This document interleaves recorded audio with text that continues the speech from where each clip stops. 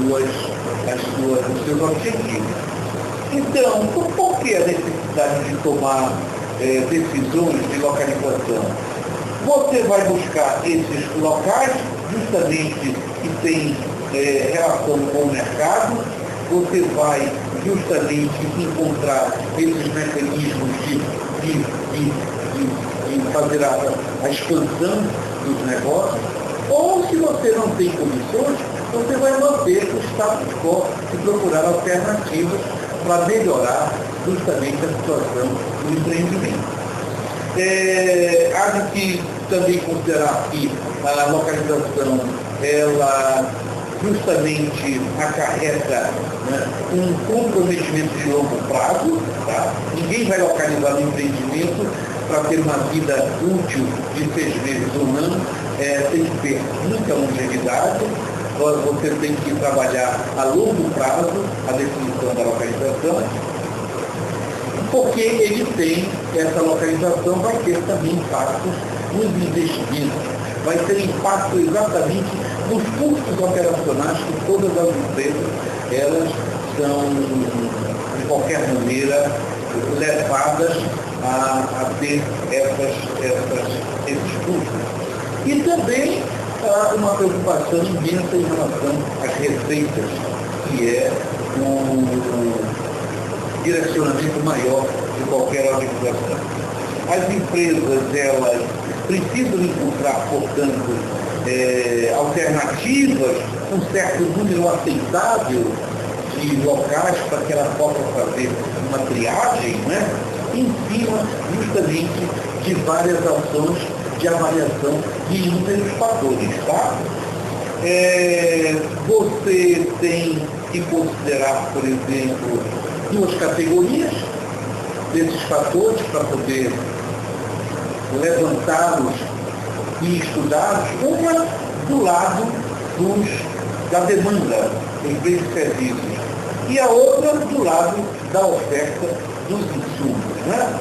Então, a localização, ela passa, fundamentalmente, o objetivo da decisão de localização, ela passa exatamente pela necessidade de você equilibrar, né, os objetivos do tipo, por exemplo, custos variáveis, a prestação excelente do serviço e mais ter a oportunidade de gerar receita potencial para a subsistência e para o êxito da organização. Você, quando trabalha com a localização, uma coisa importante que os gerentes, eles devem se preocupar com a minimização dos custos, especialmente esses custos variáveis, fixos, e também a parte da receita, como eu acabo de falar. Então, para a localização, há a influência de duas grandes vertentes. Primeiro, a influência do lado dos fornecedores. E a outra é do lado, justamente, dos consumidores. No lado dos fornecedores, você tem que olhar custo de mão de obra, você tem que olhar custo da terra, custo de energia, custo de transporte, os fatores da comunidade, que são aqueles fatores de maior característica de ambiência social, do ambiente social, do ambiente político, do ambiente econômico, que são de maior dificuldade para você mensurar, para você quantificar. Então, assistência do governo, assistência do planejamento do governo, estabilidade política, as atitudes locais das comunidades, as relações, por exemplo, de vantagens entre serviços de apoio, serviços trabalhistas, absenteísmo de mão de obra, taxa de rotatividade da mão de obra, as restrições ligadas ao ambiente, ao zoneamento, as questões de políticas, né, de proteção ao ambiente físico, etc. Né?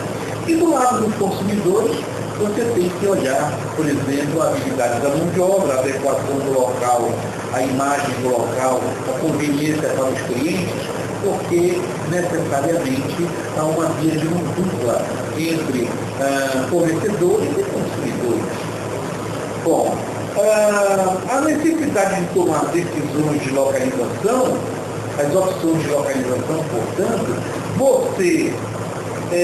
as organizações existentes, elas buscam justamente locais para ajudar e a expandir os seus mercados. Você pode trabalhar olhando o crescimento da demanda, procurando outros mercados, né? Uma nova instalação para complementar um sistema existente. Você pode mudar o mercado, se localizar, fazer uma relocalização em outros locais que se tornem muito mais atraentes e não fazer nada, manter o status quo em função exatamente de uma decisão temporária, provavelmente por falta de recursos e investimentos para fazer mudanças drásticas. Tá? Bom, um outro aspecto importante da decisão da localização é que uma decisão inadequada é catastrófica para o grupo, para a empresa, para a organização.